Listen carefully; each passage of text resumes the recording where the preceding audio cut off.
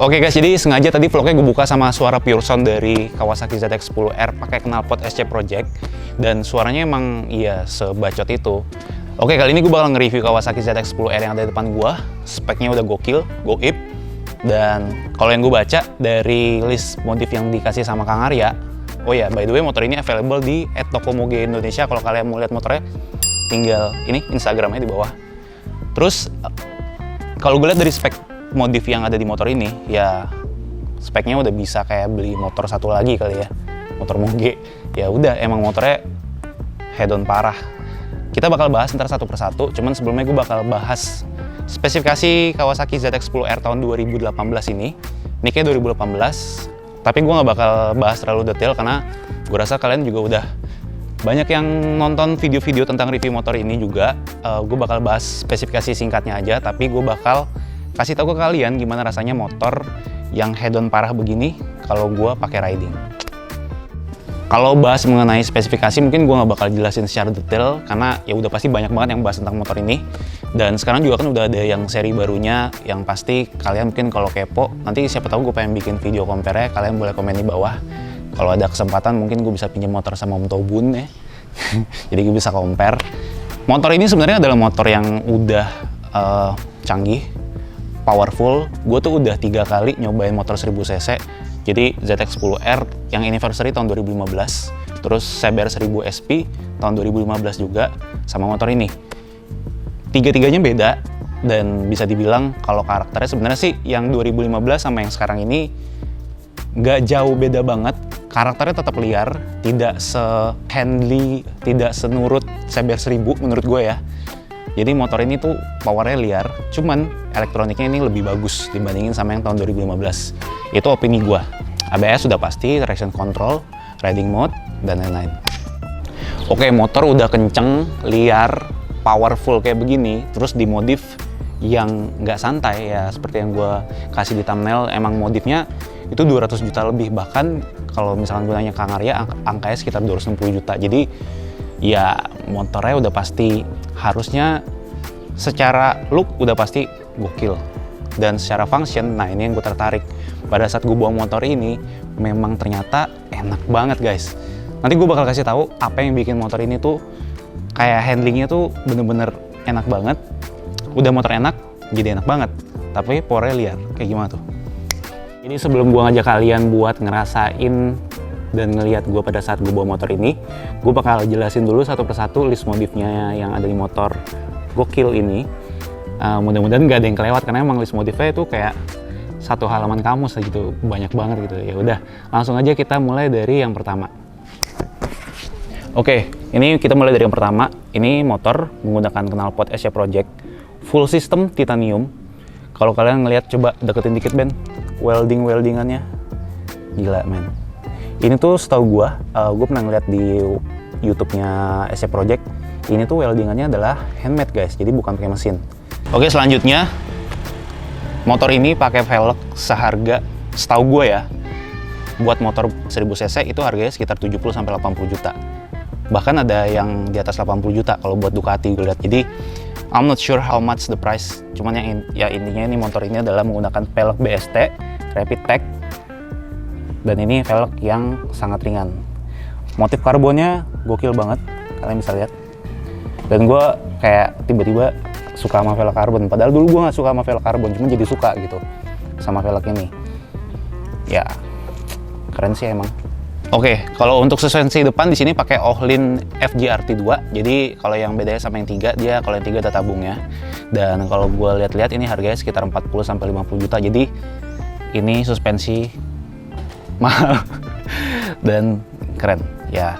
Bawaannya sebenarnya udah Showa dan itu udah fully adjustable, cuman ya begini, jiwa sultan pokoknya gatel aja gitu, ya udah diganti. Nah, kalau yang belakang kita lihat juga nih suspensinya, ini pakai Ohlin TTX, jadi ini juga fully adjustable. Ini yang gue bilang, makanya depan belakang itu udah enak banget. Gue rasa ini orang sebelumnya pasti dia udah sempet nyeting gitu. Suspensi depan sama belakangnya udah sempet disetting, jadi ya align. Dan feel ridingnya emang bener-bener enak guys. Oke, kalau kaliper di sini emang setahu gue ZX10R itu mulai dari tahun 2017 itu udah pakai kaliper M50. Jadi ini pitch-nya setahu gue itu kayak motor Itali, jadi 100 mm. Dia pakainya M50. Kalau motor Jepang biasanya kan M4. Ini udah high performance kalipernya, jadi gue rasa emang nggak perlu diganti. Nah, disc brake-nya, come closer, Ben, deketin. Jadi ini disc brake-nya tuh pakai Brembo Super Sport. Ini full floating, jadi kalau digoyangin gini.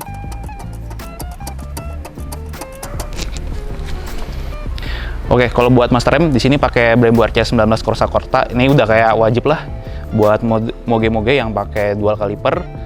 Makanya Brembo RC19.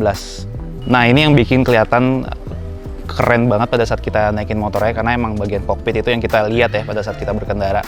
Kita mulai dari sini aja. Nah, ini udah pasti kalau bawaan udah pakai steering temper Öhlins. Ini elektronik guys. Nih bisa kelihatan. Ini bawaannya ZX10.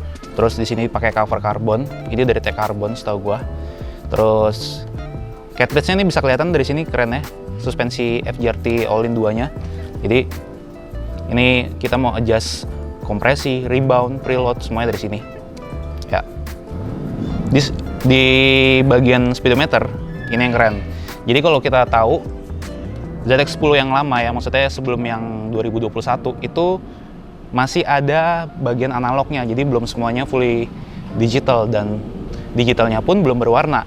Nah, kalau di sini speedometernya udah pakai AIM GP S09, jadi ini udah ada fitur buat kita pakai track day, jadi kita bisa nge-record gimana kita bawanya pada saat track day, terus ada GPS trackernya juga, terus ada lap time-nya juga. Kita coba nyalain.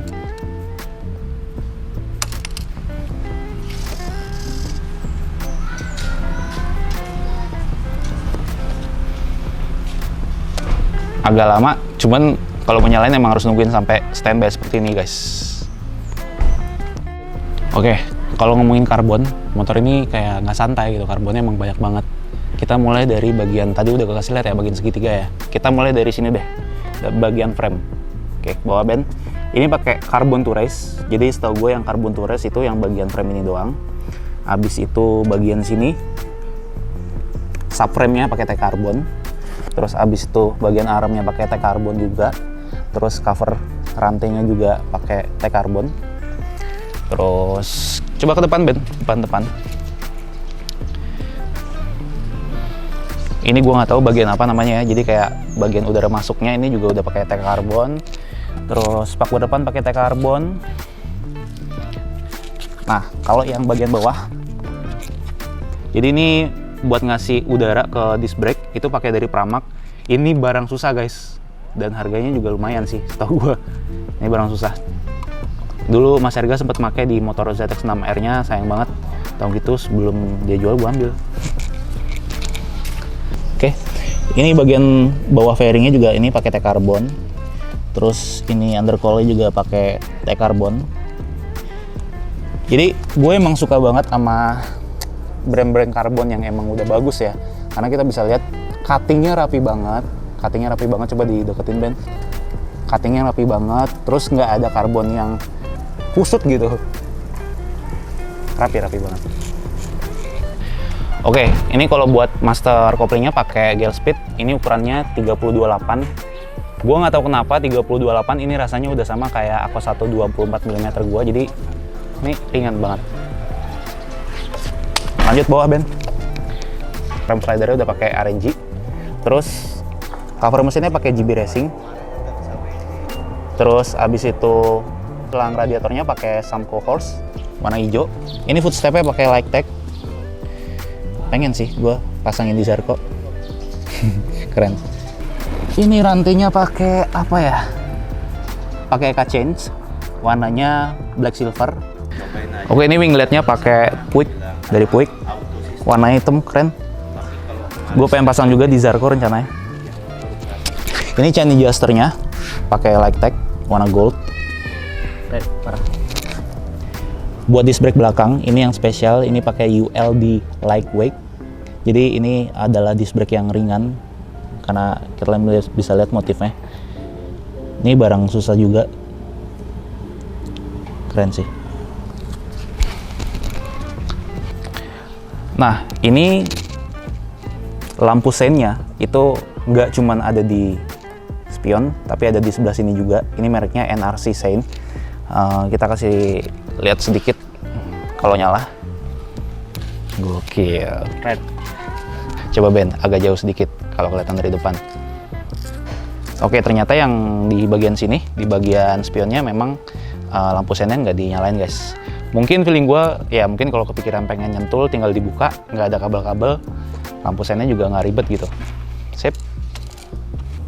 Oke, kalau ban ini depan belakang pakai Bedlack RS10 dari Bridgestone. Depan udah pasti ukurannya 120/70. Kalau buat belakang, oh ya, sorry, ini namanya RS10R guys. Nah, kalau buat belakang itu ukurannya 190/55. Masih baru, masih ada garisnya juga. Oke, ya memang segitu banyak part modif yang ada di motor ini. Dan motor ini minusnya cuma satu, mahal. Jadi, oke, kita langsung lanjut aja gimana motor ini pada saat gue bawa di jalan raya. See you on the board.